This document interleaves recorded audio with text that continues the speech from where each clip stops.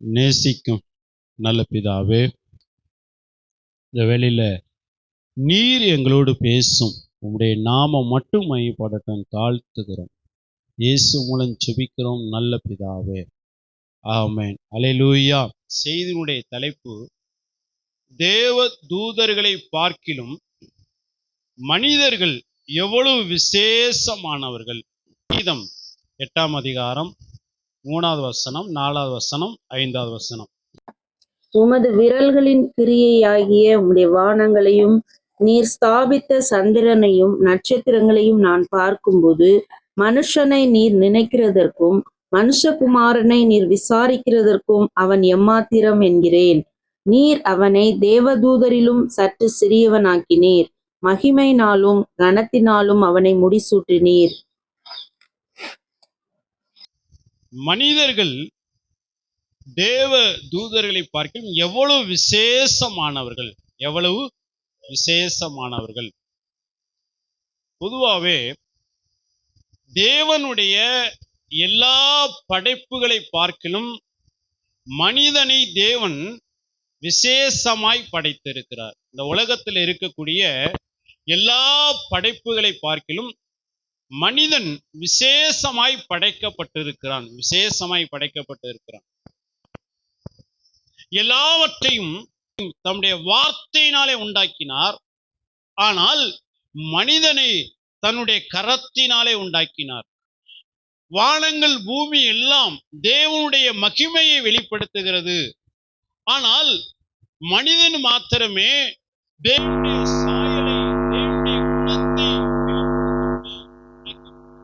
தேவனுடைய சாயலாய்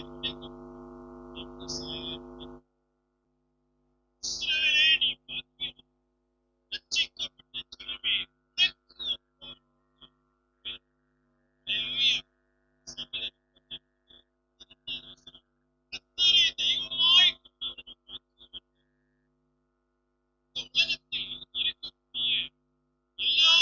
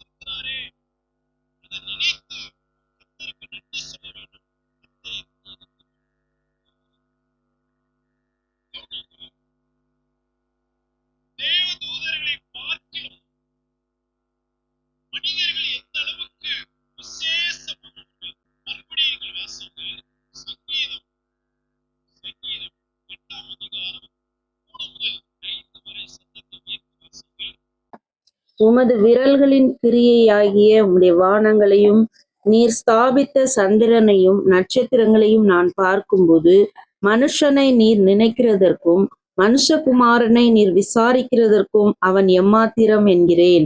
நீர் அவனை தேவதூதரிலும் சற்று சிறியவனாக்கினீர், மகிமையினாலும் கனத்தினாலும் அவனை முடிசூட்டினீர். தேவன் தன்னுடைய சிருஷ்டிப்பில் மனிதனை காட்டிலும் தூதர்களை சற்று உயர்வாக தேவன் படைத்துள்ளார். தேவன் தூதர்களை படைக்கும் போது மனிதனை காட்டிலும் சற்று உயர்வாக மேன்மையாக படைத்துள்ளார். ஒரு தேவதூதனுடைய வலிமை எவ்வளவு அப்படின்னா 1,85,000 பேரை சங்கரிக்கக்கூடிய வலிமை உள்ளவன். 2 ராஜாக்கள் 19ஆம் அதிகாரம் 35வது வசனத்தை வீட்டுல வாசித்து பாருங்கள். அங்கு ஒரு தேவதூதன் இறங்கி 1,85,000 பேரை அவன் சங்கரித்து போட்டான். ஒரு தூதனுடைய வலிமை, ஒரு தூதனுடைய வல்லமை அந்த அளவுக்கு இருக்கு. ஆகவே ஒரு தூதனை படைக்கும் போது மனிதனை காட்டிலும் மேன்மையாக படைத்துள்ளார், மேன்மையாக படைத்துள்ளார். ஆனால் தேவதூதனுக்கு சற்று கீழாய் படைக்கப்பட்ட மனிதனுக்கு தேவன் காண்பித்த இரக்கம் எப்படிப்பட்டது என்று சொன்னால், அந்த மனிதனை தேவன் கனத்தினாலும் மகிமையினாலும் அவர் முடிசூட்டினார். பிரைஸ் தி லார்ட், அல்லேலூயா. கவனிங்க, கவனிச்சாதான் இந்த செய்தி புரியும். ஆண்டவர் இந்த உலகத்தில் இருக்கிற எல்லாவற்றையும் அவர் படைத்தார். வானத்தை படைத்தார், பூமியை படைத்தார், நட்சத்திரங்களை படைத்தார், எல்லாவற்றையும் தேவன் படைத்தார், தேவ தூதர்களையும் படைத்தார். ஆனால் தன்னுடைய எந்த படைப்புக்காகவும் பிதாவாகிய தேவன் தன் குமாரனை இந்த பூமிக்கு அனுப்பவில்லை. குமாரன் தன் ஜீவனை கொடுக்கவில்லை. ஆனால் வீழ்ந்து போன மனிதனுக்காக, மனுகுலத்துக்காக பிதாவாகிய தேவன் பரலோகம் தன் குமாரனை இந்த பூமிக்கு அனுப்பி தன் ஜீவனை கொடுக்க வைத்தார். Price the Lord, alleluia. யோவான் 3:14 வாசிக்கிறோம். தேவன் தம்முடைய ஒரே பேரான குமாரனை விசுவாசிக்கிறவன் எவனோ அவன் கெட்டு போகாமல் நித்திய ஜீவனை அடையும்படிக்கு அவரை தந்தருளி இவ்வளவாய் உலகத்தில் அன்பு கூர்ந்தார். நினைச்சு பாருங்க, படைப்புல தேவதூதன் மனிதனை காட்டிலும் சற்று விசேஷமாய் படைக்கப்பட்டான். ஆனால் தேவன் பாராட்டின கிருபை நினைக்கும் போது, அவனுக்கு காண்பித்த மனுகுலத்து காண்பித்த இரக்கத்தை நினைக்கும் போது, தேவதூதனுக்கு இல்லாத மேன்மையை மனிதனுக்கு கொடுத்திருக்கிறார். பிரைஸ் தி லார்ட், அல்லேலூயா. தேவதூதனும் பாவம் செய்தான். பரலோகத்துல லூசிபர் தேவதூதன் பாவம் செய்தான். இந்த பூமியில தேவனால் படைக்கப்பட்ட முதல் மனிதன் ஆதாம் பாவம் செய்தான். ஆனால் பாவம் ஒன்றுதான். லூசிபர் என்ன பாவத்தை செய்தானோ அதே பாவத்தை தான் ஆதாமும் செய்தார். பாவம் ஒன்றுதான். ஆனால் தேவனுடைய இரக்கம் எப்படி கிடைச்சிச்சு அப்படின்னா, தேவதூதனுக்கு இரக்கம் இல்லை, ஆனால் மனுகுலத்துக்கு இரக்கம் உண்டு. பிரைஸ் தி லார்ட், அல்லேலூயா. தேவன் தன்னுடைய படைப்புகளில் வேற எந்த படைப்புக்காகவும் குமாரன் பூமிக்கு வரவில்லை. குமாரன் தன் ஜீவனை கொடுக்கவில்லை. தேவ தூதனும் பாவம் செய்தான், மனுகுலமும் பாவம் செய்தது, ஆதாம் பாவம் செய்தான். ஆனால் தூதனுக்காக கிறிஸ்து மரிக்கவில்லை. ஆனால் வீழ்ந்து போன மனிதனுக்காய், உங்களுக்காய், எனக்காய் தன் ஜீவனை கொடுத்து தன்னுடைய அன்பை அவர் விளங்க பண்ணினார். Price the Lord, alleluia. தேவ சமூகத்துல வருகிற போது, தேவனுடைய பாதத்துல வருகிற போது, தேவன் நமக்கு பாராட்டின இரக்கத்தை நினைக்கணும். தேவன் நமக்கு காண்பித்த கிருபை நினைக்கணும், கிருபை நினைக்கணும். கர்த்தருக்கு ஸ்தோத்திரம். அதனால வேதம் சொல்லுகிறது, தேவ தூதருக்கு உதவியாய் கைகொடாமல் ஆபிரகாமின் சந்ததிக்கு உதவியாக அவர் கை கொடுத்தார். ஆமென். அல்லேலூயா. ஆண்டவரை இயேசு கிறிஸ்து இந்த உலகத்தில் வந்து பாடுகளை ஏற்றுக்கொண்ட போது, அவமானத்தை ஏற்றுக்கொண்ட போது, துக்கங்களை ஏற்றுக்கொண்ட போது அவருக்கு உதவியாக யாருமே இல்லை. அவருடைய கரமே அவருக்கு உதவி செய்தது. ஆனால் நமக்கு ஆண்டவர் பாராட்டின இரக்கம், தேவ தூதருக்கு அவர் உதவியாக கைகொடாமல் ஆபிரகாமின் சந்ததியாய் இருக்கக்கூடிய உங்களுக்கும் எனக்கும் அவர் கை கொடுத்து இருக்கிறார். Praise the Lord. அல்லேலூயா. நீங்க பாருங்க, தேவ தூதர்கள் சில வசனங்களை உரிமை பாராட்ட முடியாது. உரிமை பாராட்ட முடியாது. எந்த வசனத்தை உரிமை பாராட்ட முடியாது என்று சொன்னால், நீங்கள் வாசிக்க வேண்டாம். மீகா 7ஆம் அதிகாரம் 8வது வசனத்தில் சத்துருவே எனக்கு விரோதமாய் சந்தோஷப்படாத, நான் விழுந்தாலும் எந்திரிப்பேன். இந்த வார்த்தையை உரிமை பாராட்ட முடியாது. நீதிமொழிகள் 24ஆம் அதிகாரம் 16வது வசனத்தில் நீதிமான் 7 தரம் விழுந்தாலும் அவன் திரும்பவும் எழுந்திருப்பான். இதை உரிமை பாராட்ட முடியாது. சங்கீதம் 134வது வசனத்தை நாம் பார்ப்போம் என்று சொன்னால், உமக்கு பயப்படும்படிக்கு உம்மிடத்தில் மன்னிப்பு உண்டு. இந்த வசனத்தை உரிமை பாராட்ட முடியாது. Praise the Lord. அல்லேலூயா. தேவ தூதர்களை பார்க்கிலும் மனிதர்கள் விசேஷமானவர்கள், ரட்சிக்கப்பட்டவர்கள் விசேஷமானவர்கள். ஆமென். அல்லேலூயா. பக்கத்துல பார்த்து சொல்லுங்க, நீங்க தூதனை காட்டிலும் விசேஷமானவன். தூங்கிக்கிட்டே சொல்லாம, தூதனை காட்டிலும் நீங்க விசேஷமானவர்கள். Price the Lord. அல்லேலூயா.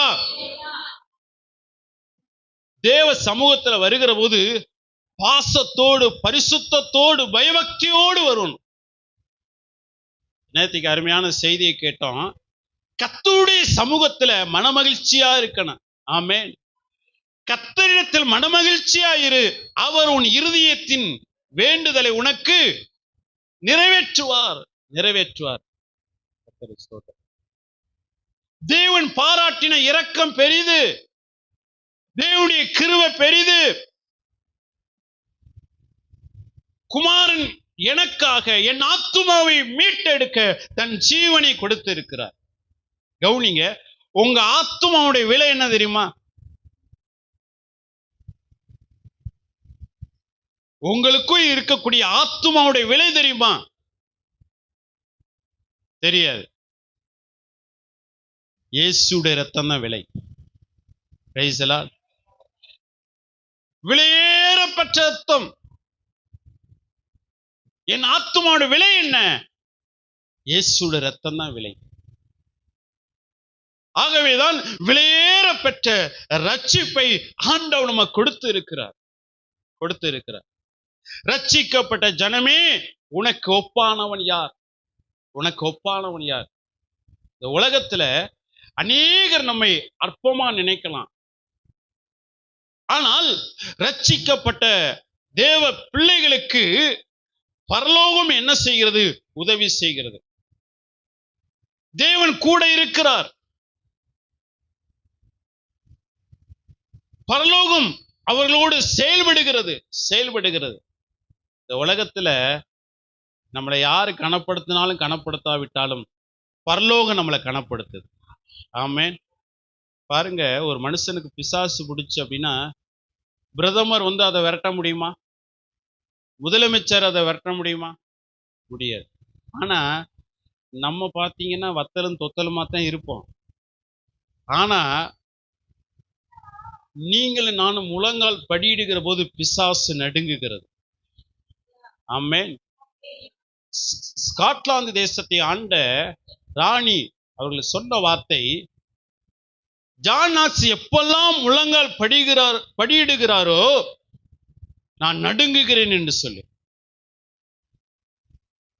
அநேக நேரத்துல நம்ம எனக்கு யாருமே இல்லை, எனக்கு உதவி செய்ய யாருமே இல்லை. அநேக நேரத்துல நான் தனித்தவன். இன்னும் சில தேவ பிள்ளைகள் ஜெபம் பண்ணுவாங்க, நான் சாம்பல், நான் தூசி, நான் மண்ணு. ஸ்தோத்திரம். தேவன் எனக்குள் வாழ்ந்து கொண்டிருக்கிறார். நான் அனாதை அல்ல, நான் திக்கற்றவன் அல்ல. பரலோகம் எனக்காய் செயல்படுகிறது. கர்த்தர் உங்களுக்கு முன்னே சென்று கோணலானவை சுவையாக்குவார். உங்கள் பின்னே அவர் காக்கிற தேவனாய் இருப்பார். அநேக நேரத்துல சாம்பல், மண்ணு, தூசி, குப்பை அப்படின்னு சொல்லி நம்மை நாமே மட்டுப்படுத்துகிறோம். உங்களுக்கு ஆண்டவர் கொடுத்த ரட்சிப்பு விலையேற பெற்றது. லாசரு மரித்து போனான். அந்த மரித்து போன லாசருவை தேவ தூதன் கூட்டி கொண்டு போய் பரலோகத்துல விட்டாராம். ஆமென், அல்லேலூயா. நமக்கு இருக்கக்கூடிய பலன் நமக்கு தெரியல, நமக்கு இருக்கக்கூடிய கிருபை நமக்கு தெரியல, நமக்கு தேவன் கொடுத்த மகிமை நமக்கு தெரியல. அநேக நேரத்துல ஜெபத்துல மட்டும்தான் சொல்லுவான், நான் குப்பை ஆண்டவரே, நான் மண்ணாண்டவரே, நான் தூசி ஆண்டவரே, நான் ஒண்ணுக்கு உதவாத ஆண்டவரே. கடைசி அப்படியே போயிடுறது.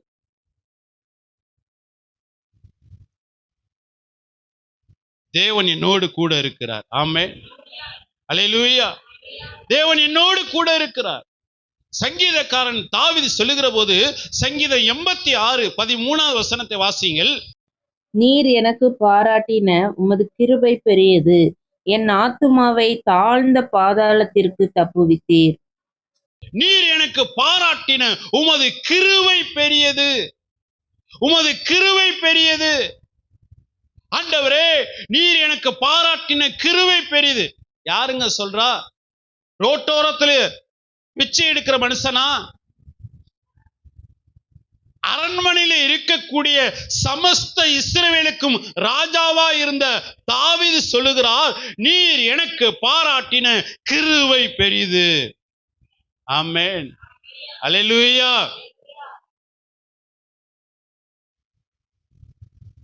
இந்த உலகத்துல அநேகமாயிரம் நாள் வாழ்ந்தா கூட தேவ சமூகத்துல, தேவனுடைய பாதத்துல இருக்கக்கூடிய அந்த ஒரு நாள் மேலானது. கர்த்தருடைய ஆலயத்துக்கு போவோம் வாருங்கள் என்று அவர்கள் எனக்கு சொன்ன போது நான் மகிழ்ச்சியா இருந்தேன். ராஜாவுக்கு எவ்வளவு வேலை இருக்கும், ஆனா அவரு சொல்றாரு, நான் கர்த்தருடைய ஆலயத்துக்கு போகணும், நான் கர்த்தருடைய சன்னிதானத்துக்கு போகணும், அவரை துதிக்கணும், அவரை ஆராதிக்கணும். அவர் எனக்கு பாராட்டின கிருபை பெரிது, அவர் எனக்கு காண்பித்த இரக்கம் பெரிது. கவனிங்க, சவுலையும் தேவன் தெரிந்து கொண்டார், தாவீதையும் தேவன் தெரிந்து கொண்டார். ரெண்டு பேருக்கும் தேவன் அபிஷேகத்தை கொடுத்தார், கிருபையை கொடுத்தார். ரெண்டு பேரையும் இஸ்ரவேல் தேசத்தினுடைய ராஜாவாய் மாற்றினார். ஆனால் சவுல் தான் கழுதைக்கு பின்னாடி போனதை மறந்து விட்டார். ஆனால் தாவீது ஆடுகளுக்கு பின்னே போனதை மறக்கல. ஆகவேதான் கர்த்தர் என் மேய்ப்பராயிருக்கிறார், நான் தாழ்ச்சி அடையேன். கர்த்தர் எனக்கு பாராட்டின கிருபை பெரிது. எனக்கு அருமையான தேவனுடைய பிள்ளைகளே, தேவ தூதர்களை பார்க்கிலும் தேவன் உங்களுக்கும் எனக்கும் பாராட்டின கிருபை பெரிது. நியாய தீர்ப்பு, ஆனால் மனுகுலம் பாவம் செய்த போது ரட்சிப்பு. பிரைஸ் தி லார்ட், அல்லேலூயா. பாவம் ஒண்ணுதான், ஆனால் தேவன் காண்பித்த இரக்கத்தை நினைத்து பாருங்கள், தேவனுடைய கிருபை நினைத்து பாருங்கள்.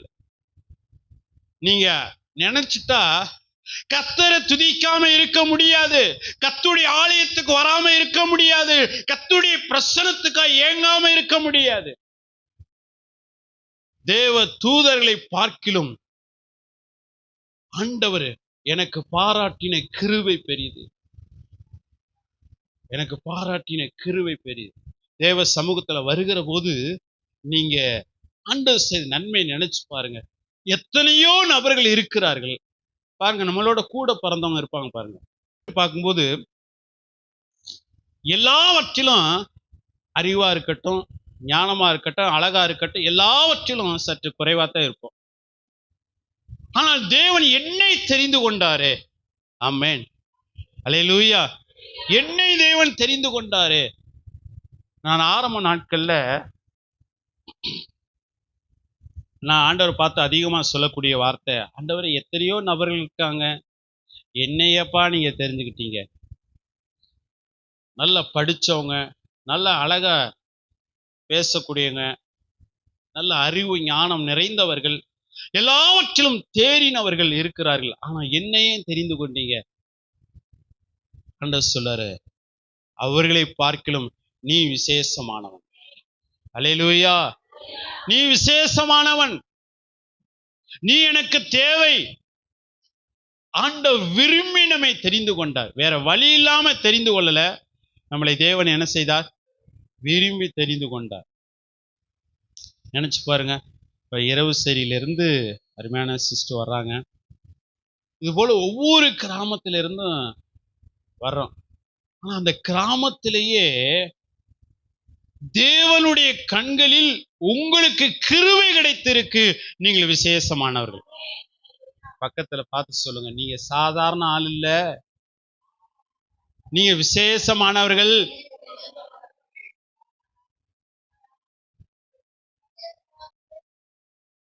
அல்லேலூயா. மேகஸ்தம்பம் மேலிருந்து பாதுகாக்குது, பாதை காட்ட பகலெல்லாம் கூட செல்லுது. பாதுகாக்குது, பாதை காட்ட பகலெல்லாம் கூட செல்லுது. ஆன தேவன் என்னோடு வருவார், அது போதும் என் வாழ்விலே. அன்பான தேவன் என்னோடு வருவார், அது போதும் என் வாழ்விலே. தேவா நானே நான் விசேஷித்தவன், ராஜா நான் அதை தினம் யோசிப்பவன். தேவா நானே நான் விசேஷித்தவன், ராஜா நான் அதை தினம் யோசிப்பவன். ஏதினால் என்னோடு இருப்பதினால்,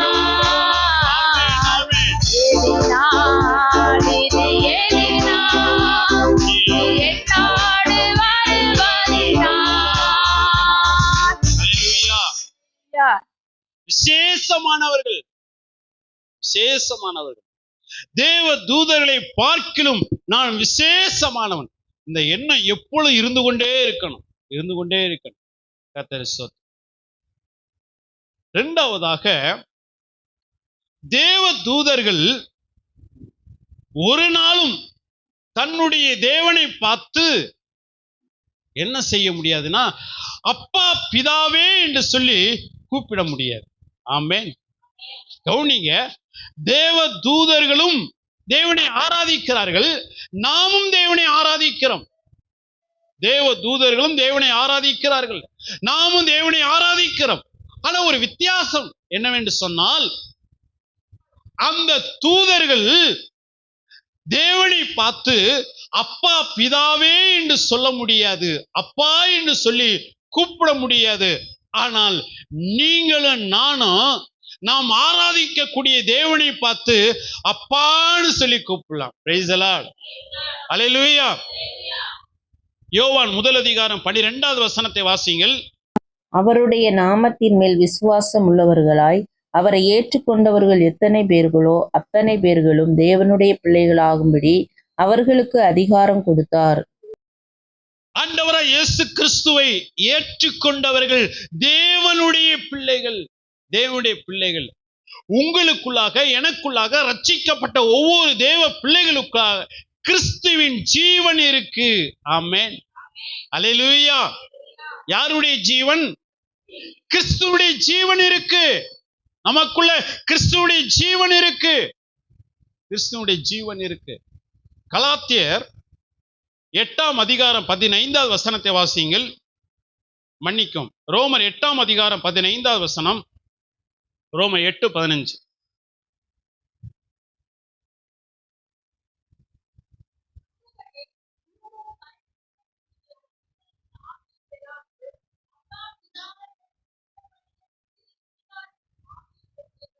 ஆமென். அப்பா பிதாவே என்று சொல்லி கூப்பிட பண்ணுகிற புத்திர சுவிகாரத்தின் ஆவியை பெற்றிருக்கீங்க. ஆமென். அல்லேலூயா. கவுனிங்க, எனக்குள்ள உங்களுக்குள்ள யாருடைய ஜீவன் இருக்கு? கிறிஸ்துவின் ஜீவன் இருக்கு. Praise the Lord. அல்லேலூயா. கவுனிங்க, பெற்று எடுத்ததுக்கும் தத்து எடுத்ததுக்கும் இருக்கிற வித்தியாசம் என்ன? ஒரு பிள்ளைய பெற்று எடுக்கிறோம், தத்து எடுக்கிறோம்.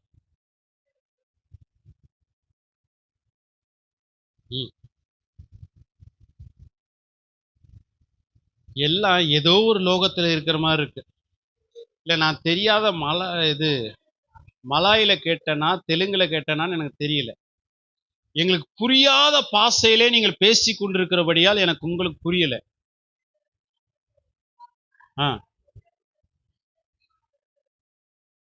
சரி, இல்ல, பயங்கரமான வெளிப்பாடு தான். உண்மையாவே பயங்கரமான வெளிப்பாடு.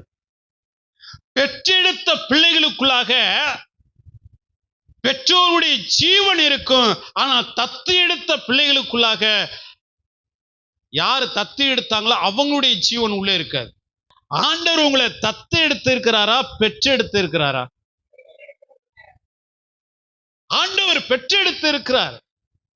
அவருடைய ஜீவன் எனக்குள்ள இருக்கு. நல்ல கவனிங்க, பிசாசு ஏன் நம்மளை பார்த்து நடுங்குறான் அப்படின்னா, எதுக்கா நடுங்குறான் அப்படின்னா, வேற விஷயம் ஒண்ணுமே இல்லை. கிறிஸ்துவின் ஜீவன் எனக்குள்ள இருக்கு. Praise the Lord. அல்லேலூயா. கிறிஸ்துவின் ஜீவன் இருக்கு. பவுலுக்கு கிடைத்த வெளிப்பாடு பாருங்க. பவுல் அழகா எழுதுறாரு, அப்பா பிதாவே என்று சொல்லி கூப்பிடுகிற புத்திர சுவிகாரத்தின் ஆவியை கர்த்தர் உங்களுக்கும் எனக்கும் தந்திருக்கிறார். பிலிப்பியர் சபைக்கு எழுதுகிற போது பிலிப்பியர் 1 அதிகாரம் 21வது வசனத்தை வாசியுங்கள். கிறிஸ்து எனக்கு ஜீவன், சாவு எனக்கு ஆதாயம். கிறிஸ்து எனக்கு ஜீவன். நல்லா பாருங்க, தூதன படைப்புல மனிதனை விட சற்று பெரியவனாய் படைத்துள்ளார். ஆனால் தேவன் எனக்கு பாராட்டின கிருபை பெரிது. அந்த தூதன் தேவனை பார்த்து அப்பா என்று சொல்லி அழைக்க முடியாது. ஆனால் நீங்களும் நானும் அப்பான்னு சொல்லி கூப்பிடலாம். அப்பா பிதாவே என்று என்னை கூப்பிட செய்தீரையா. அப்பா பிதாவே என்று என்னை கூப்பிட செய்தீரையா. பரிசுத்த அலங்காரமாய் உம்மை தொழுதிட செய்தீரையா. பரிசுத்த அலங்காரமாய் உம்மை தொழுதிட செய்தீரையா. உந்தன் மடியில் தவழ்ந்து உங்க அன்பு கலந்து, உந்தன் மடியில் தவழ்ந்து உங்க அன்பு கலந்து உம்மோடு உறவாடுவே. நான் தினம் பாடுவே, உம்மோடு உறவாடுவே, தினம் பாடுவே.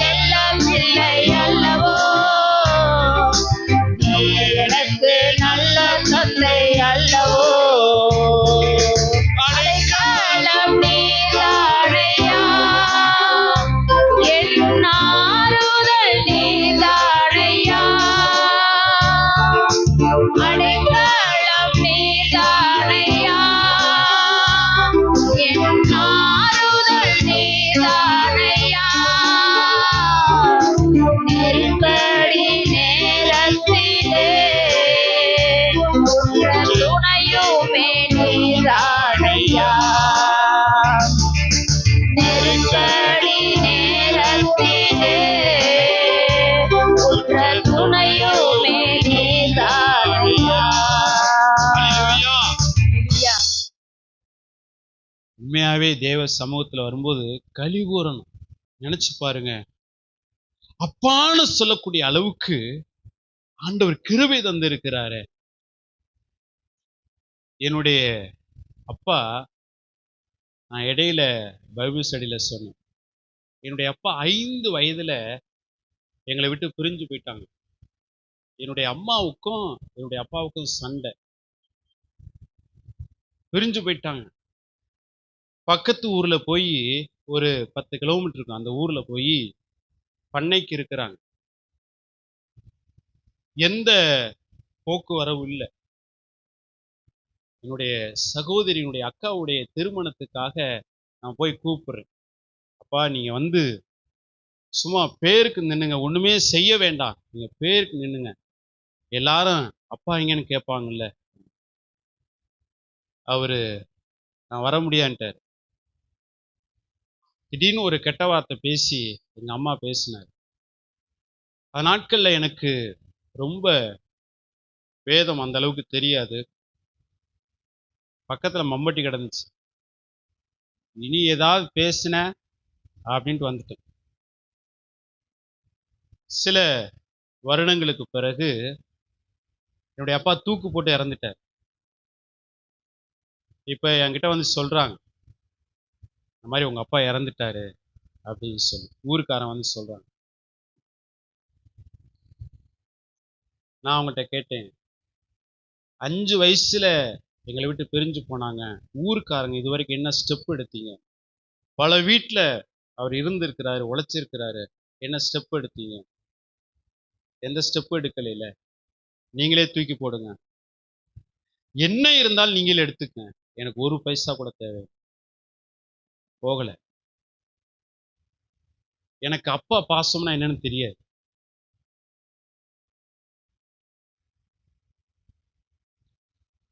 ஆனா அந்த உலகத்துல அப்பான்னு சொல்றதுக்கு ஒருத்தர் இருக்கு. எனக்கா ஜீவனை கொடுத்தவர் இருக்கிறார். ஒரு முறை என்னுடைய அம்மா, எங்க அம்மாவை என்னுடைய மாமா அடிச்சு என்ன செஞ்சார் அப்படின்னா, ரத்தம் ஒழுகுது. சின்ன வயது. என்னுடைய அம்மா என்னுடைய அக்காவை என்னையும் கூட்டிட்டு ஒரு உரக்கேணியில தள்ள போறாங்க. போகிற போது சாயங்கால வேலை, அப்படி ரோட்ல நடந்து கூட்டு போறாங்க. என்ன நோக்கத்தோடு போறாங்க அப்படின்னா, பிள்ளைகளை தள்ளி விட்டுட்டு செத்து போகணும். திடீர்னு ஒருத்தர் வர்றாரு. என்ன இந்த நேரத்துல போறீங்க அப்படின்னு. இல்ல, சும்மா போறேன், ஒரு ஆளை பார்க்கணும். அவர் புரிஞ்சுக்கிட்டாரு, இவங்க போறது வந்து எதுக்கோ போறாங்க அப்படின்னு சொல்லி உடனே அவர் சைக்கிளை விட்டு இறங்கி ஒரு குறிப்பிட்ட தூரம் எங்களோடு கூட வந்தார். கூட வந்து ஒரு ஐயர் வீட்டில் கொண்டாந்து எங்களை இருக்க வச்சுட்டு அவங்க சில தகவலை சொல்லிட்டு போயிட்டார்.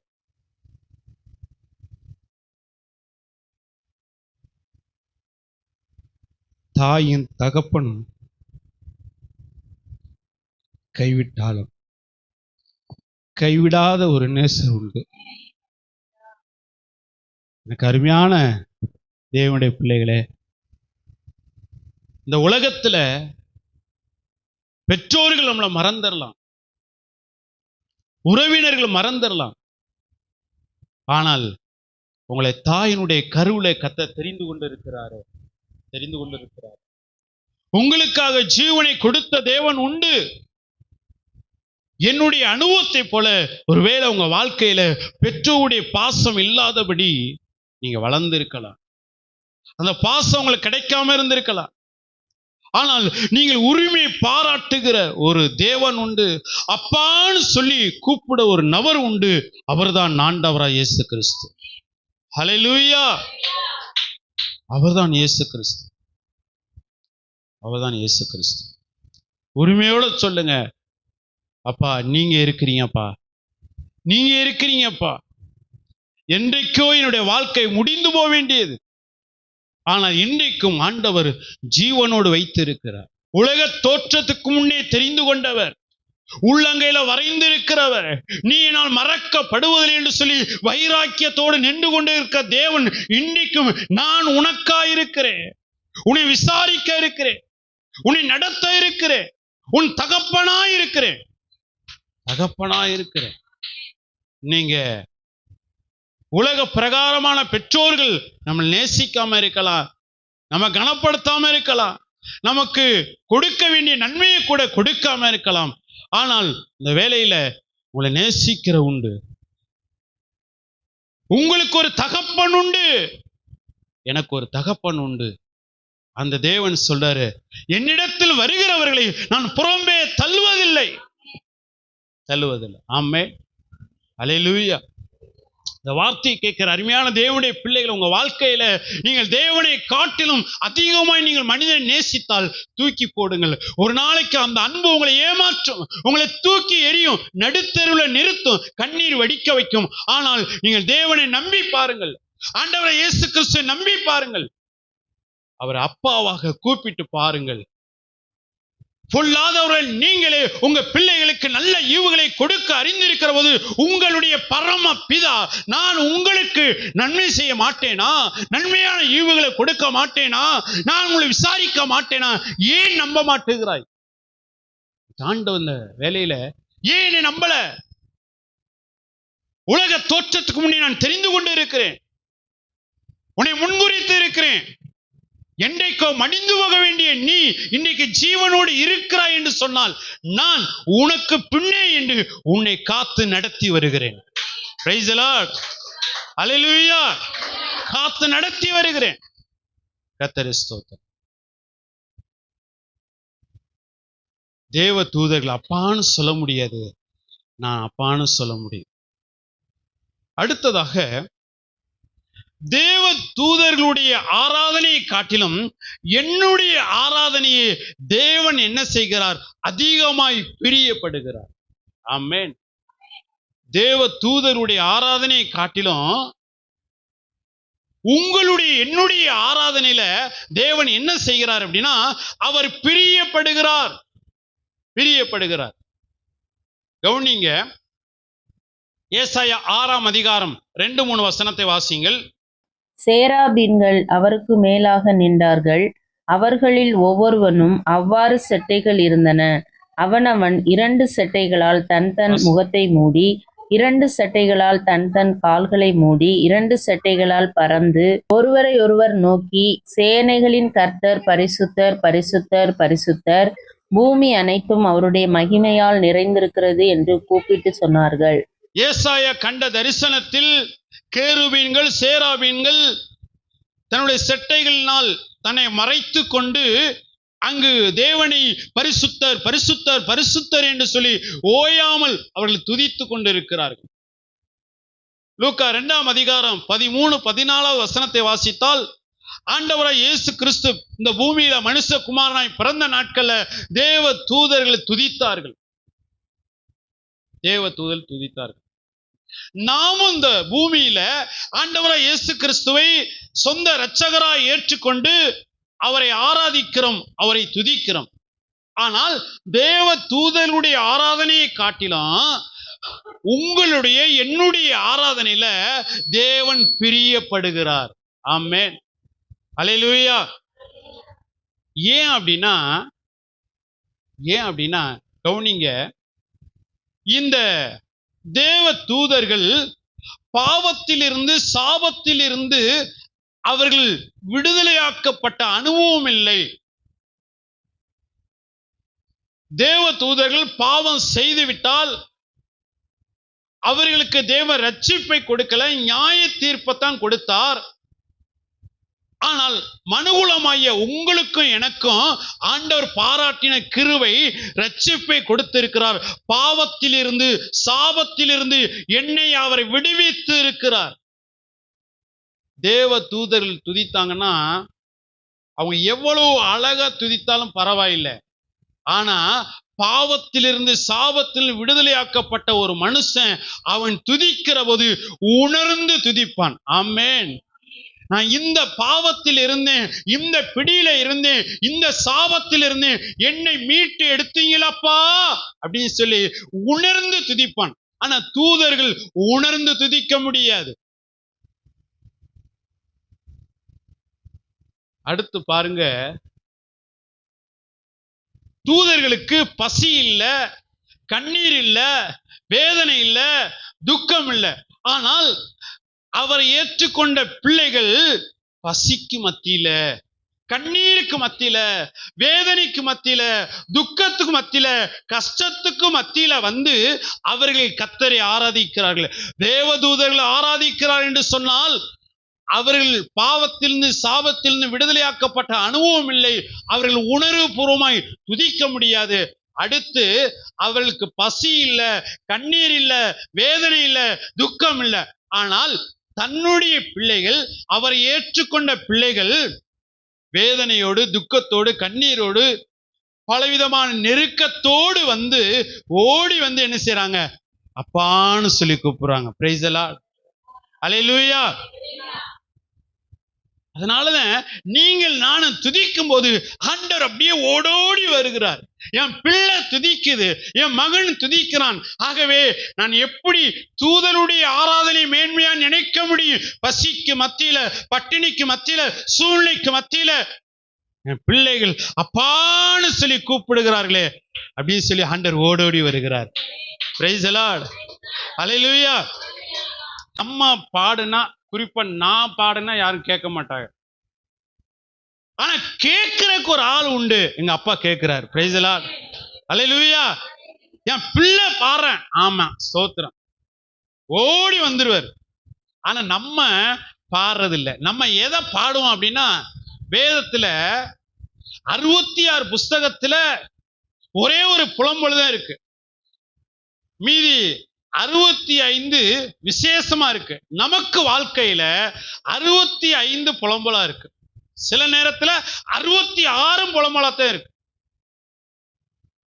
காலையில எந்திரிச்சல இருந்து நைட்டு படுக்கிற வரைக்கும் புலம்பல். சொப்பனத்துல கூட புலம்புறோம். சில நேரத்துல சொப்பனத்துல கூட என்ன செய்யறோம்? புலம்பிட்டு தான் இருக்கிறோம். ஸ்தோத்திரம். நல்லா நீங்க பாடணும், நல்லா நீங்க பாடணும், பாடணும். தூதர்களின் ஆராதனை காட்டிலும் என் ஆராதனை விசேஷமானது. Praise the Lord. அல்லேலூயா.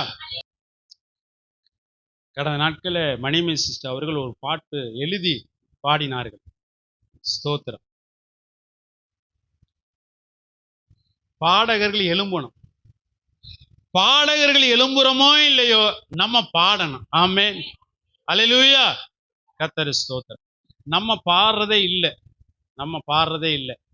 ஏன் அப்படின்னா, நான் பாடி யாரு கேட்க போறா, என்னத்த பாடுறேன். ஸ்தோத்திரம். ஆனா நம்ம சபையிலேயே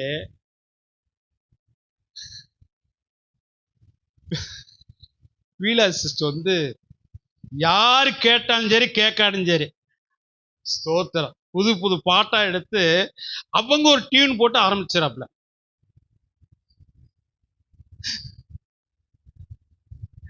ஆனா அந்த உற்சாகம் கர்த்தர் அவளை ஆசீர்வதிப்பாராக. நல்ல பாடலை கர்த்தர் தருவாராக. Praise the Lord. நீங்க பாருங்க, வெளிப்படுத்தின விசேஷம் 7ஆம் அதிகாரம்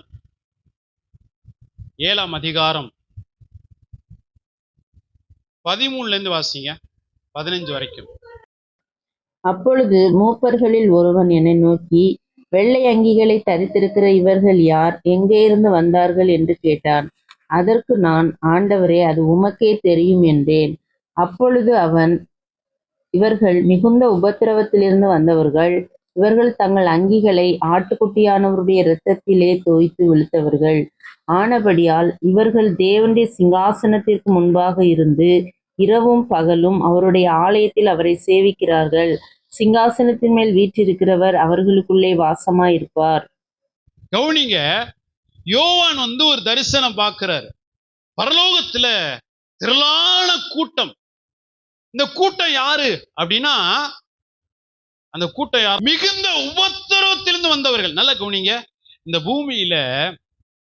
பூமியில நிறைய பாடுகள் உண்டு, நெருக்கடிகள் உண்டு, சூழ்நிலைகள் உண்டு. இந்த சூழ்நிலைக்கு மத்தியில, உபத்திரத்துக்கு மத்தியில அவர்கள் இந்த பூமியிலே கர்த்தரை ஆராதித்தார்கள். பரலோகத்துக்கு போன பின்பு கர்த்தரை ஆராதிக்கிறார்கள். அவர்களுக்குள்ளே சிங்காசனத்தில் வீற்றிருக்கிறவர் வாசமாயிருக்கிறார். இந்த பாடுகளுக்கு மத்தியில, உபத்திரவுக்கு மத்தியில, நல்ல கவனிங்க, பவுலும் சீலாவும் என்ன செய்தார்கள்?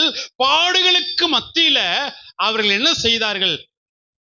தேவனை துதித்து பாடினார்கள். மோசேயுடைய நாட்களுக்கும் யோசுவாவுடைய நாட்களுக்கும் ஒரு வித்தியாசம் உண்டு. கவனிங்கள், நிறைய வித்தியாசம் உண்டு. அதுல ஒண்ணு, மோசேயுடைய நாட்கள் அற்புதத்தின் நாட்கள், ஜோசுவாவின் நாட்கள் யுத்தத்தின் நாட்கள். ஜோசுவாவின் நாட்கள் ஒரு மனிதனை கொண்டு தேவன் கிரியை செய்தார். ஜோசுவாவின் நாட்கள் எல்லாரும் இணைந்து செயல்படும்படி ஐக்கியத்தை தேவன் முக்கியப்படுத்துகிறார். ஆசாரியர்களுடைய கால்கள், உடன்படிக்கை பெட்டியை சுமக்கிற ஆசாரியனுடைய கால்கள் பட்டவுடனே யோர்தான் பிரிந்தது. மோசேயுடைய நாட்கள்ல செங்கடலை கடந்த பின்பு என்ன செய்தார்கள்? அவர்கள் கர்த்தரை ஆராதித்தார்கள். யோசுவா நாட்கள எரிய கோட்டை விழுவதற்கு முன்பாகவே அவர்கள் கர்த்தரை ஆராதித்தார்கள். Price the Lord, alleluia. நம்ம அற்புதம் நடந்தாத்தான் ஸ்தோத்திரம்ங்கிற வார்த்தை வரும், இல்லாட்டி ஆத்திரம் தான் வரும். ஆனா மோசேயுடைய நாட்கள் செங்கடலை கடந்த பின்பு ஆண்டவரே உமக்கு ஒப்பான தேவன் இல்லைன்னாங்க. ஆனா யோசுவாவுடைய நாட்கள் வார்த்தையை விசுவாசித்தார்கள். அவர்கள் எரிய கோட்டை விழுவதற்கு முன்பாக துதித்து பாடினார்கள். ஆமென். பாருங்க, லேயாள் யூதாவை பெற்றெடுத்த பின்பு இப்பொழுது கர்த்தரை துதிப்பேன். யூதா எத்தனாவது குழந்தை? 4வது குழந்தை. இந்த குழந்தையை பெற்றெடுத்த பின்பு இப்பொழுது நான் கர்த்தரை துதிப்பேன். ஆனால் மரியாள், புதிய ஏற்பாட்டு மரியாள் கர்த்தருடைய வார்த்தையை விசுவாசித்து யூத ராஜ சிங்கம் ஆண்டவராய் இயேசு கிறிஸ்து பிறப்பதற்கு முன்பாகவே கர்த்தரை துதிக்க ஆரம்பித்தாள். Price the Lord. இது மோசேயுடைய நாட்களா ஜோசுவாவுடைய நாட்களா? நான் கேட்கிறேன், மோசேயுடைய நாட்களா ஜோசுவாவுடைய நாட்களா? ஜோசுவாவின் நாட்கள் தேசத்தை சுதந்திரிக்கக்கூடிய நாட்கள். நம்ம பாட்டு தான் பாடுவோம். நம்ம என்ன செய்வோம்? பாட்டு தான் பாடுவோம். இது எழுப்புதலின் நேரம் அல்லவா அப்படின்னு சொல்லி நல்ல ஒரு ஐக்கியமா இருந்து அற்புதம் நடப்பதற்கு முன்பாக நீங்கள் விசுவாசித்து நீங்க தேவனை துதித்து பாடுங்க, அற்புதம் நடக்கும். கவனிங்க, அதனாலதான் ஆண்டவர் உங்களை பார்த்து என்னை பார்த்து அவர் சொல்றாரு. எபிரேயர் 11ஆம் அதிகாரம் 16வது வசனத்தை வாசிங்கள். அதை அல்ல, அதிலும் மேன்மையான பரம தேசத்தையே விரும்பினார்கள். ஆகையால் தேவன் அவர்களுடைய தேவன் எனப்பட வெட்கப்படுகிறதில்லை, அவர்களுக்கு ஒரு நகரத்தை ஆயத்தம் பண்ணினாரே. பாடுகளுக்கு மத்தியில தேவனை துதித்து பரம தேசத்தை வாஞ்சித்தார்கள். பாடுகளுக்கு மத்தியில தேவனை துதித்து பரம தேசத்தை வாஞ்சித்தார்கள். ஆண்டவர் சொல்றாரு, நான் இவர்களுடைய தேவன். ஆமென், அல்லேலூயா. நான் யாருடைய தேவன்? பாடுகளுக்கு மத்தியில துதிக்கிற பிள்ளைகளுடைய தேவன். பாடுகளுக்கு மத்தியில என்னை நம்புகிற பிள்ளைகளுடைய தேவன். பாடுகளுக்கு மத்தியில எனக்காய் வாழக்கூடிய பிள்ளைகளுடைய தேவன். நம்மளை பார்த்து அப்படி சொல்லணும். ஆமென், அல்லேலூயா. என்ன பார்த்து ஆண்டவர் சொல்லணும், நான் நீட்டனுடைய தேவன். ஆமென். எனக்கு ஒரு ஆசை, யாக்கோபு 20 வருஷமா மாமனுடைய வீட்டுல இருந்தாரு. இப்ப 20 வருஷம் முடிந்து லாபானுக்கும் யாக்கோபுக்கும் பிடிக்கல. இப்ப தன்னுடைய சொந்த தேசத்துக்கு யாக்கோபு திரும்பி வர்றார்.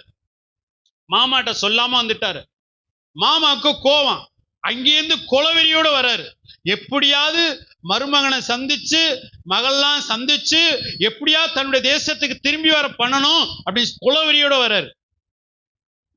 இது யாக்கோபுக்கு தெரியாது. ஆனா ஆண்டவர் எல்லாவற்றையும் முன்னறிந்தவர். இந்த லாபானுக்கு போய் இரவு நேரத்துல, இங்க பாரு, என் பிள்ளைகிட்ட நன்மையை தவிர நீ தீமையை பேசக்கூடாது அப்படின்னு எச்சரிச்சிட்டார். இப்ப இந்த லாபான் வந்து யாக்கோபை சந்திக்கிறார்.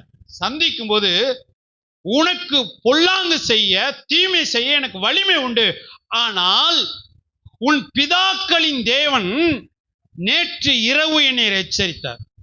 இங்க என்ன சொல்லியிருக்கணும் அப்படின்னா, மருமகனே, நேற்றுக்கு உன்னுடைய தேவன் வந்து என்னை எச்சரித்தார் அப்படின்னு சொல்லியிருந்தா நல்லா இருக்கும்.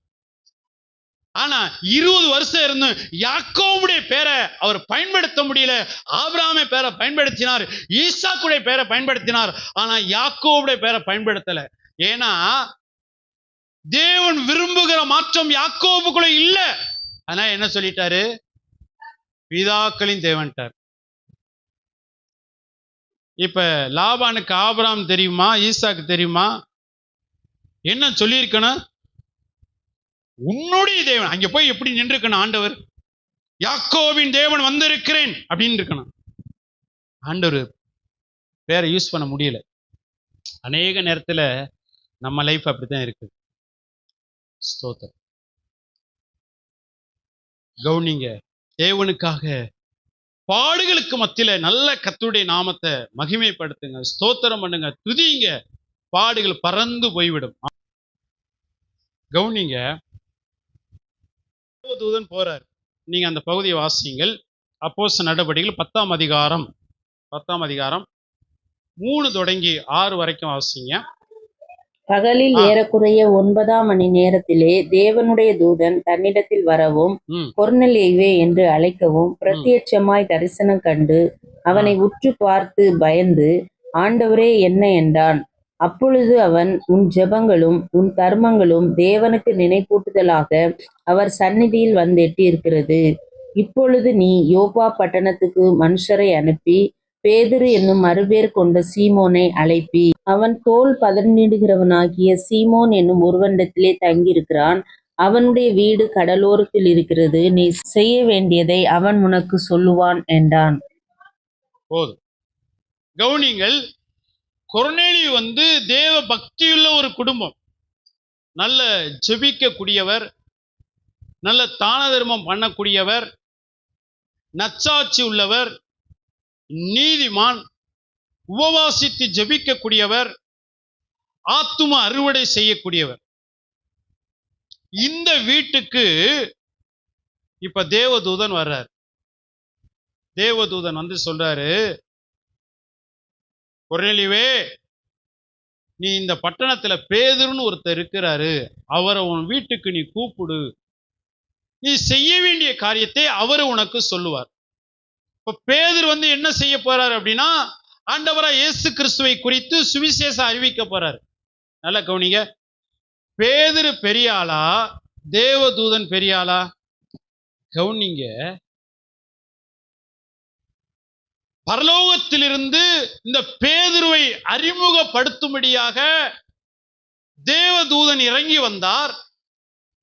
இப்ப இறங்கி வந்து என்ன சொல்றார் அப்படின்னா, நீ வந்து பேதுருவை கூப்பிடு, நீ செய்ய வேண்டிய காரியத்தை அவர் உனக்கு சொல்லுவார் அப்படின்னு. ஏன் அதை தூதனே செஞ்சிருக்கலாமே?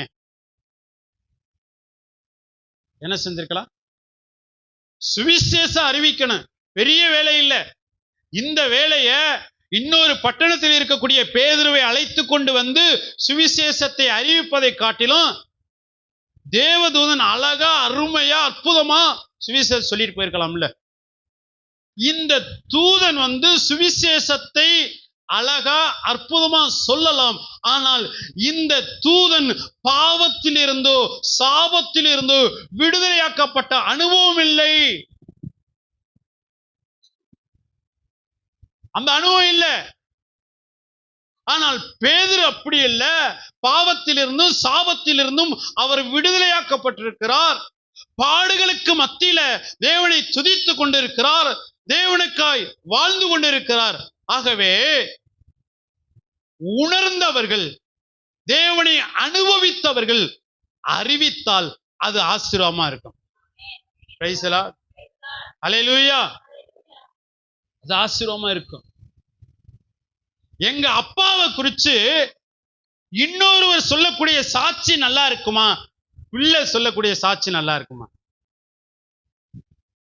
எங்க அப்பாவை குறிச்சு நான் தானே சாட்சி சொல்லணும். கவனிங்க, சுவிசேஷம் அறிவிக்கக்கூடிய பொறுப்பு தூதர்களுக்கு கொடுக்கல. அந்த விலையேற பெற்ற அந்த பொறுப்பை தேவன் எனக்கு கொடுத்திருக்கிறார். Praise the Lord. ஹல்லேலூயா. தேவ தூதர்களை பார்க்கிலும் மனிதனுக்கு தேவன் பாராட்டின கிருபை பெரிது. தேவ தூதர்கள் தேவனை பார்த்து அப்பா என்று சொல்லி கூப்பிட முடியாது. நான் அப்பா பிதாவே என்று சொல்லி கூப்பிட முடியும். தேவ தூதருடைய ஆராதனையை காட்டிலும் என்னுடைய ஆராதனையில தேவன் பிரியப்படுகிறார். பாவத்திலிருந்தும் சாபத்திலிருந்தும் நான் விடுதலையாக்கப்பட்டு இருக்கிறேன். பாடுகளுக்கு மத்தியில தேவனை துதித்து ஆராதித்து தேவனுக்காய் வாழ்ந்து கொண்டிருக்கிறேன். அந்த சுவிசேஷம் அறிவிக்கக்கூடிய பொறுப்பு மனிதனுக்கு தான் உண்டு. கவுனிங்க, ஆண்டவர் இந்த மதிய வேளையில தேவ தூதனுக்கு காண்பித்த இரக்கத்தை பார்க்கிலும் நான் உனக்கு இரக்கம் காண்பித்து இருக்கிறேன். உனக்கு வெளியேறப்பட்ட ரட்சிப்பை கொடுத்திருக்கிறேன். அப்பா பிதாவே என்று சொல்லி கூப்பிடுகிற புத்திர சுவீகாரத்தின் ஆவியை கொடுத்திருக்கிறேன். உன்னுடைய ஆராதனையில உன்னுடைய துதியில நான் பிரியப்பட்டு நீ எப்பெல்லாம் என்னை துதிக்கிறாயோ அப்பெல்லாம் என் பிரசன்னத்தோடு நான் இறங்கி வருகிறேன். என்னை குறித்து சொல்வாயா? அகஸ்டின் ஜெயக்குமார் அப்படின்னு சொல்லிட்டு ஒரு அருமையான ஒரு ஊழியர் உண்டு. அந்த அண்ணன் சொன்ன ஒரு சாட்சியை நான் உங்களோடு கூட பகிர்ந்து கொண்டு இந்த பகுதியை நிறைவு செய்ய விரும்புகிறேன். அண்ணன் வெளியிடங்களுக்கு ஊழியத்துக்கு போயிட்டாங்க. அந்த நேரத்தில் ஒரு பெற்றோர்கள் என்ன செய்தார்கள், தன்னுடைய பிள்ளையை கொண்டு போய் தண்டவாளத்தில் போட்டாங்க. அந்த தண்டவாளத்தில் கிடந்த அந்த பிள்ளைய ஒரு நாய் என்ன செய்யுது அப்படின்னா கையெல்லாம் கடிச்சு எடுத்துருச்சு. திடீரென்று அந்த பகுதியில் வந்து ஒருத்தர் பார்க்கிறார். பார்த்துட்டு தகவலை அருமையான அகஸ்டின் ஜெயக்குமார் அண்ணனுடைய மனைவிட்ட சொல்றாங்க. வேகமாக அந்த குழந்தைய என்ன செய்தார்கள், அந்த குழந்தைய ஹாஸ்பிட்டல் கொண்டு போய் அவர்கள் செய்ய வேண்டிய எல்லா காரியத்தையும் செய்தார்கள். குழந்தை பிழைத்து கொண்டது. ஒரு கை இல்லை. அந்த குழந்தைய தனக்கு அநேக பிள்ளைகள் உண்டு. அந்த பிள்ளைகளோடு அந்த குழந்தையின் தன்னுடைய பிள்ளையாக தன்னுடைய வீட்டிலேயே வைத்து வளர்த்தார்கள். பிள்ளை வளர ஆரம்பித்தது. அண்ணன் அவர்கள் வெளியில போயிட்டு வந்துட்டாங்க அப்படின்னா, வந்து அவங்க உட்கார்ந்து இருக்கிறாங்க அப்படின்னா வேகமா வந்து அந்த அண்ணனுடைய ஷூ அப்படி கழட்டுவாங்க. யார் அப்படின்னா இந்த ஒரு கை இல்லாத இந்த பிள்ளை. உடனே மற்றவங்க சொல்லுவாங்களாம், உன்னால முடியாதுமா, உன்னால முடியாது, நீ இரு, நாங்க அதை செய்யறோம்.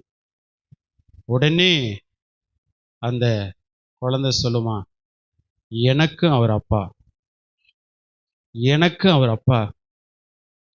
கவனிங்க பிரியமானவர்களே, ஒரு கை இல்லாத ஒரு பிள்ளை என் தகப்பனுக்கு ஏதாவது செய்யணும் நினைச்சு துடித்து கொண்டிருக்கும்னு சொன்னால் உங்களுக்கு நல்ல கரத்தை கொடுத்திருக்கிறார், உங்களுக்கு நல்ல நாவை கொடுத்திருக்கிறார், நல்ல டூ வீலரை கொடுத்திருக்கிறார், நல்ல ஆஸ்தியை கொடுத்திருக்கிறார். என்றைக்காவது ஒரு நாள் என் அப்பாவுக்காக நான் ஏதாவது செய்யணுங்கிற ஏக்கம் இருக்குதா? என் அப்பாவுக்காக ஏதாவது ஒன்று செய்யணும். கை இல்லாத ஒரு பிள்ளைக்கு அப்படிப்பட்ட ஏக்கம் இருக்கும் என்று சொன்னால், தாகம் இருக்கும் என்று சொன்னால், என் அப்பாவுக்காக நான் ஏதாவது செய்யணுங்கிற இந்த வைராக்கியம் இருக்கும் என்று சொன்னால், ரட்சிக்கப்பட்டு எத்தனை வருஷம் ஆச்சு?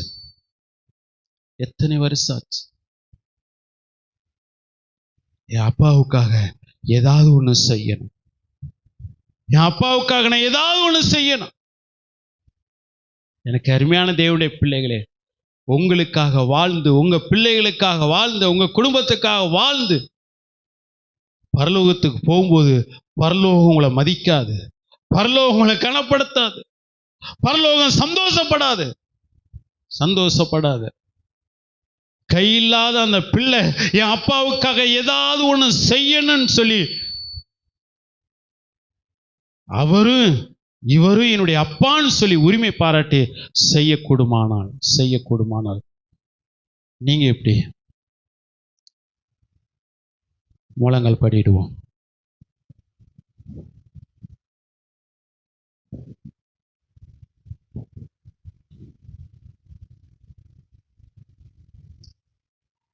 முழங்கால் படியிடுங்க. விலையேறப்பட்ட ரட்சிப்பை கொடுத்திருக்கிறார். விலையேறப்பட்ட ஒரு உறவை ஏற்படுத்தி இருக்கிறார். அப்பா பிதாவே என்று சொல்லி கூப்பிடக்கூடிய உறவு.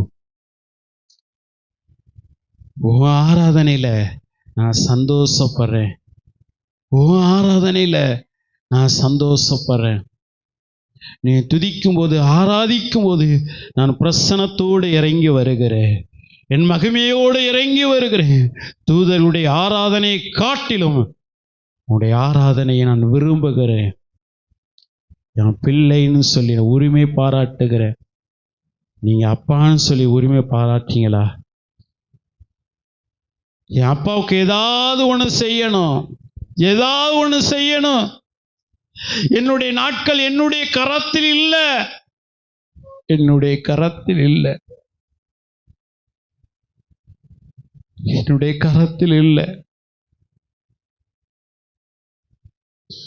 எத்தனை நாட்கள் என்னுடைய ஜீவனை இந்த பூமியில கர்த்தர் வைத்திருக்கிறார் என்பது எனக்கு தெரியாது. ஆனால் என் ஜீவன் இருக்கிறதுக்குள்ளாக நான் தேவனுக்கு ஏதாவது ஒன்று செய்யணும்.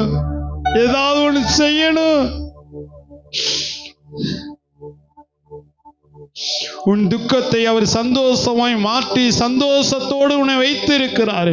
எப்பொழுது உன் தேவனை நீ சந்தோஷப்படுத்துவாய், எப்பொழுது உன் தகப்பனை நீ சந்தோஷப்படுத்துவாய், உன் அருகில் அவன் நின்று கொண்டிருக்கிறார். கண்ணீரோடு அவன் நின்று கொண்டிருக்கிறார். மகனே, மகளே, உன்னை நான் நம்பி இருக்கிறேன்.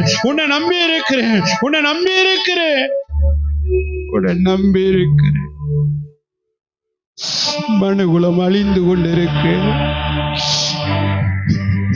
என்னுடைய மக்கள் நரகத்துக்கு போய் கொண்டிருக்கிறாங்க.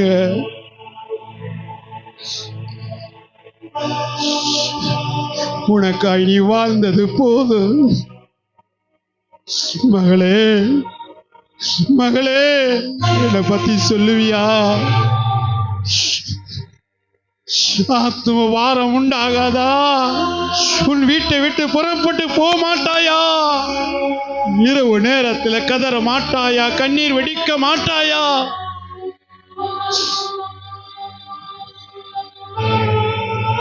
யாரை நான் அனுப்புவேன்? நமது காரியமா யார் புறப்பட்டு போவார்கள் என்று சொல்லி உன் அருகில் நின்று கொண்டிருக்கிறான். தூங்கி எத்தனை நாட்கள் உனக்கான சந்தோஷத்தை தேடுவாய்? எத்தனை நாட்கள் ஓடி உழைச்சு உனக்கான சந்தோஷத்தை தேடுவாய்? என்னை சந்தோஷப்படுத்த மாட்டாயா? ஆண்டவர் ஏக்கத்தோடு நிற்கிறார். உன் அருகில் அவர் நிற்கிறார். ஏதோ ஒரு வார்த்தையா கேட்காதீங்க. உன் அருகில் அவர் நிற்கிறார். கண்ணீரோடு நின்று கொண்டிருக்கிறார். உன் அருகில் தான் அவர் நின்று கொண்டிருக்கிறார். என் கண்ணீரை துடைக்க ஆட்கள் இல்லை.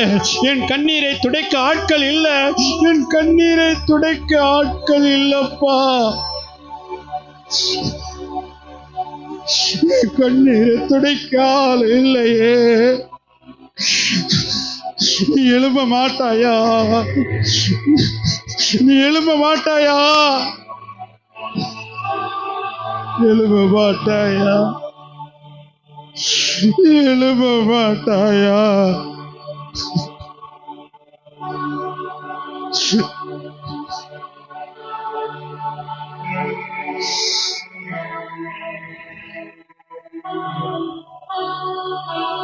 ஆண்டவர்கிட்ட பேசுங்க. ஆண்டோட பேசு. உன் கணவனை குறிச்சு பாரம் இல்லையே, உன் பிள்ளைகளை குறிச்சு பாரம் இல்லையே. எப்ப மனம் திரும்புவாய்? எப்ப மனம் திரும்புவாய்?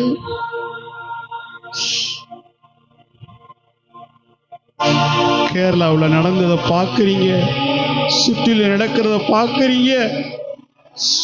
இன்னும் உன் இருதய கரையலையே, உன் கல்லான இருதய கரையலையே, கரையலையே, கரையலையே.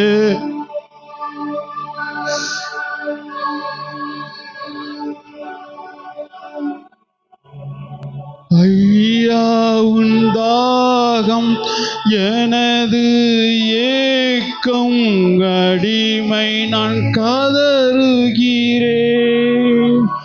ஐயா உன் தாகம் எனது ஏக்கம், அடிமை நான் கதறுகிறேன். என் ஜனங்கள் அறியணுமே, என் ஜனங்கள் அறியணுமே, இரட்சகருமை தேடணுமே, இரட்சகருமை தேடணுமே. நேசிக்கிறே உம்மை தானே ஐயா,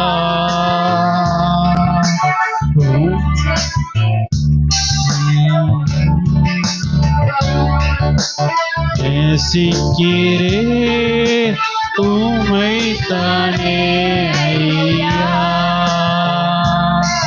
உம்மை தானே இயேசையா. உங்க வீட்டை குறிச்சு உங்ககிட்ட தான் கணக்கு கேட்பார். உங்க வீதியை குறிச்சு உங்ககிட்ட தான் கணக்கு கேட்பார். இந்த பட்டணத்தை குறிச்சு உங்க ஊரை குறிச்சு நம்ம கிட்ட தான் கணக்கு கேட்பார். நம்ம கிட்ட தான் கணக்கு.